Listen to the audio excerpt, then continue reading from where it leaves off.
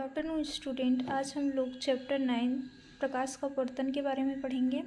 जैसा कि आप लोग जानते हैं कि समतल दर्पण किसी वस्तु का केवल एक ही प्रतिबिंब बनाता है। ठीक है, आपने पिछली कक्षा में कैलेडोस्कोप बनाकर देखा है। यदि दो किनारे, ठीक है, यदि दो समतल दर्पण एक दूसरे से कोण बनाता है, यदि दो समतल दर्पण का मतलब क्या है कि ये एक दर्पण हुआ और एक दूसरा दर्पण हुआ। ठीक है, अब इन दोनों में जब कोण बनेगा, ठीक है, तो क्या होगा, बनाते हुए इस प्रकार रखे जाए कि इनके किनारे आपस में मिलते रहें। ठीक है, तब इन दर्पणों के बीच एक वस्तु जैसे मोमबत्ती रख दिए जाए। अगर इन दोनों को हम लोग किनारे में रखेंगे तो इन दोनों का किनारा एक साथ मिलेगा। ठीक है, अब इसमें क्या करेंगे, हम लोग दर्पणों के बीच एक वस्तु जैसे मोमबत्ती रख दिए जाए। मान लो यहाँ पर क्या करेंगे, हम लोग एक मोमबत्ती यहाँ पर रख देंगे। ठीक है, तो सोचिए इसके कितने प्रतिबिंब दिखाई देंगे यदि क्रियाकलाप आप स्वयं देखो। अब इन दोनों दर्पणों में आप मोमबत्ती जलाएंगे या फिर रखेंगे और दोनों तरफ आप मेंशन करेंगे कि कैसे क्रियाकलाप बनेगा। पहले कक्षा में समझाई थी मोमबत्ती के बारे में, उसी के हिसाब से बनेगा, एक बार करके देखना। ठीक है, अब दर्पणों को विभिन्न प्रकार जैसे कि 45 डिग्री, 60 डिग्री और 120 डिग्री, 180 डिग्री पर जोड़िए तथा दर्पणों की मध्य मोमबत्ती या कोई अन्य वस्तु रखिए। जरूरी नहीं है कि आप मोमबत्ती ही रखें, कुछ और चीज़ें भी यहाँ पर आप ले सकते हैं। ठीक है, प्रत्येक स्थिति में बनने वाले प्रतिबिंबों की संख्या नोट कीजिए। अंत में दोनों दर्पणों को एक दूसरे के समांतर रखेंगे। क्या करेंगे, दोनों दर्पण को एक दूसरे के समांतर रखेंगे। ठीक है,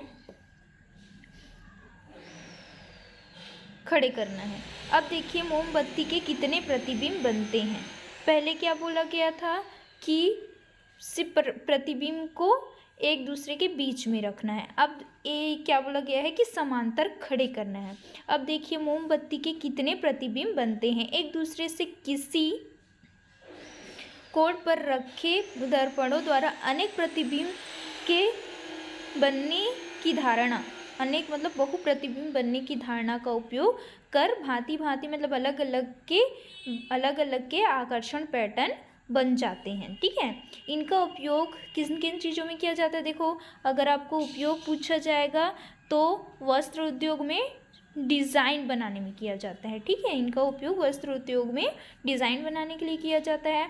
आप यह भी जानते हैं कि जब प्रकाश की किरणें किसी चमकदार सतह पर पड़ती है, ठीक है, मान लो यहाँ से कोई किरण आ रही है और यहाँ पर कोई चमकदार चीज़ें वहाँ पर पड़ रही है। ठीक है, तो जब प्रकाश की किरणें कोई चमकदार सतह पर पड़ती है तब वे परावर्तित हो जाती है। क्या हो जाती है, परावर्तित हो जाती है, वापस चला जाता है। ठीक है, परावर्तन के नियम के अनुसार आपतन कोण सदैव परावर्तन कोण के बराबर होते हैं। अभी ये परावर्तन, आपतन, ये कौन से कोण है, ये धीरे धीरे आपको डिस्क्राइब किया जाएगा। ठीक है, तो समझ आ जाएगा कि आपतन कोण क्या है, परावर्तन कोण क्या है।